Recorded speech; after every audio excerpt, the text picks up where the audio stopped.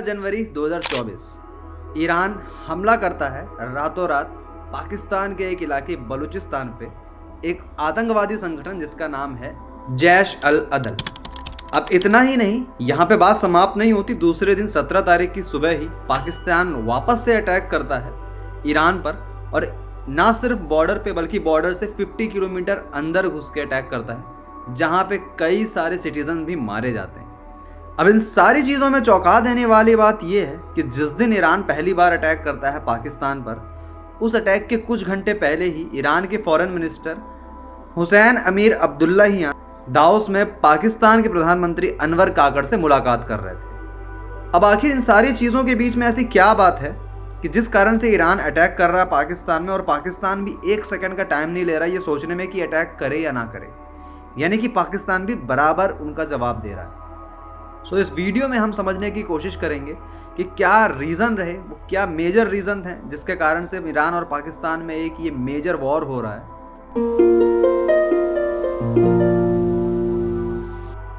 Hello friends, welcome to this channel जिसका नाम है फिनटेक वर्ल्ड।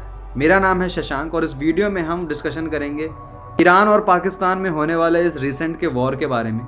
क्या ये वॉर अभी शुरू हुआ तो क्यों शुरू हुआ, या पहले से चलता चला आ रहा है तो उसके क्या स्पेसिफिक रीज़न थे।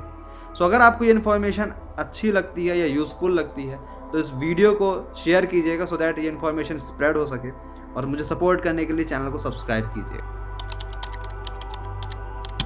तो पहला सवाल आप सबके मन में आता ही होगा कि ईरान ने ये अचानक से हमला क्यों किया। सडनली ऐसा क्या हुआ कि ईरान को जो चीज़ ट्रिगर कर गई और उसने ये हमला किया। इसका जवाब कुछ रिपोर्ट्स की माने तो वहाँ पे ये निकल के आ रहा है कि ईरान एक्चुअली काफ़ी समय से परेशान था पाकिस्तान के इस स्पेसिफिक ग्रुप जिसका नाम था जैश अल अदल। अब ये स्पेसिफिक ग्रुप पिछले महीने ही ईरान में एक बार अटैक कर चुका था। ईरान की जो बॉर्डर की कुछ एरिया थी जैसे सिस्तान बलूचिस्तान, वहाँ पे इसने अटैक किया था जिसमें 13 जवान जो थे ईरान के वो भी मारे गए थे। सो इसके बदले में ईरान ने ये जवाब दिया है 1 महीने का टाइम लेके। सेकंड क्वेश्चन यहाँ से निकल के आता है कि अगर पाकिस्तान ने एक बार गलती की और ईरान ने अगर उसको जवाब दिया तो फिर पाकिस्तान ने इसका जवाब क्यों दिया।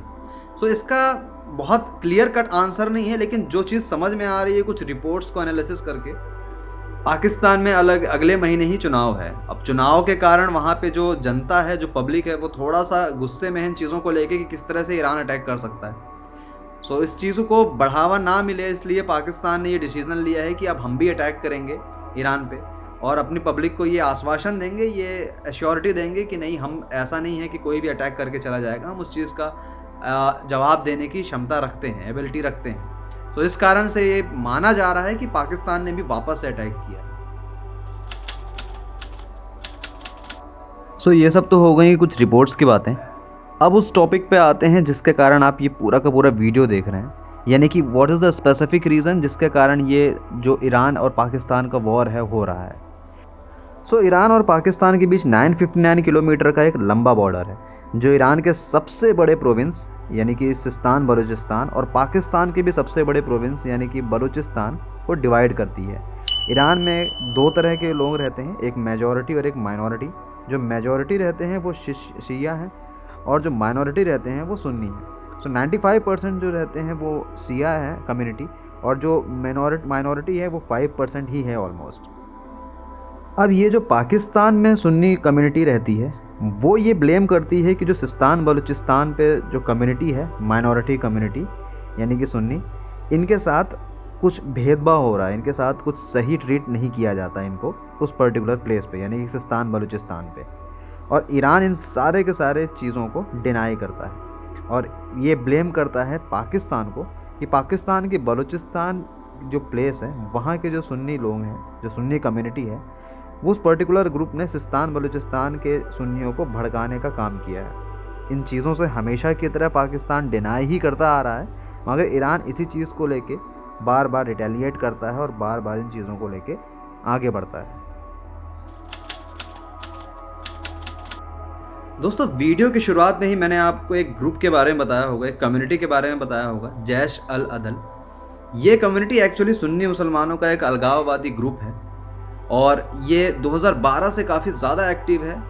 ये मेजरली पाकिस्तान के जो एरिया है बलूचिस्तान, वहाँ पे ही रहते हैं, वही इनका मेजर ऑक्यूपाइड एरिया है। और इनका रोल ये है कि ये जो ईरान में सुन्नी रहती है कम्युनिटी उसको भड़काते हैं, ऐसा ईरान दावा करता है। और पाकिस्तान इन चीज़ों को डिनाई कर रहा है, जबकि ये जो पर्टिकुलर ग्रुप है इस चीज़ को एक्सेप्ट कर रहा है कि हाँ हम ये सारी चीज़ें करते हैं। जो सुन्नी कम्युनिटी है ईरान में उनको हम उनके फेवर में बात करते हैं, उनके साथ कुछ सही नहीं हो रहा है, इन सारी चीज़ों पे हम आवाज़ उठाते हैं और उठाते रहेंगे। सो वो इस चीज़ को एक्सेप्ट कर रहे हैं। ऐसा बिल्कुल नहीं है दोस्तों कि ये जो वॉर है वो अचानक से जनरेट हुआ है, अचानक से हो रहा है, ऐसा बिल्कुल भी नहीं है। ये एक्चुअली एक हिस्टोरिकल वॉर है और ये 2012 में, जैसा कि मैंने आपको बताया, जो जैश अल अदल जो एक पर्टिकुलर ग्रुप बना, ये अलगाववादी ग्रुप 2012 में जब से बना है, ये स्पेसिफिक इसी कारण से बना है और इसी चीज़ के लिए बना है जिसका रिजल्ट आज हम सभी देख रहे हैं। 2013 में इन्होंने पहली बार ईरान में हमला किया था, जिसमें ऑलमोस्ट 14 ईरानी जो आर्मी है, जो सैनिक हैं, सोल्जर्स थे, वो मारे गए थे। उसके बाद 26 अप्रैल 2017 को जैश अल अदल ने पाकिस्तान ईरान से लगे जो बॉर्डर है वहाँ पे फिर हमला किया और ईरान के बॉर्डर पर लगे जवानों में से 10 जवानों को मारने का दावा भी किया। उसके बाद 16 अक्टूबर 2018 में जैश अल अदल ने पाकिस्तान से लगी ईरान की साउथ ईस्ट बॉर्डर पर ईरान के 10 सैनिकों को किडनैप करना भी एक्सेप्ट किया। उसके बाद 20 अप्रैल 2019 में पाकिस्तान ने ये ब्लेम लगाया ईरान पे कि वहाँ के कुछ आतंकवादी हैं जो बलूचिस्तान एरिया में घुसकर एक बस पर हमला किए हैं और जिसमें 14 सिटीज़न जो हैं वो मारे गए हैं।